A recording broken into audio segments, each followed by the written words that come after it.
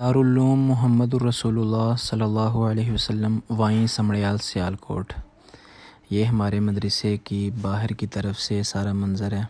ये छत है कुरान हाल की, और ये सामने जो है ये वॉशरूम और टूटियाँ वज़ू वाली जगह, और ये सामने बच्चे खेल रहे हैं।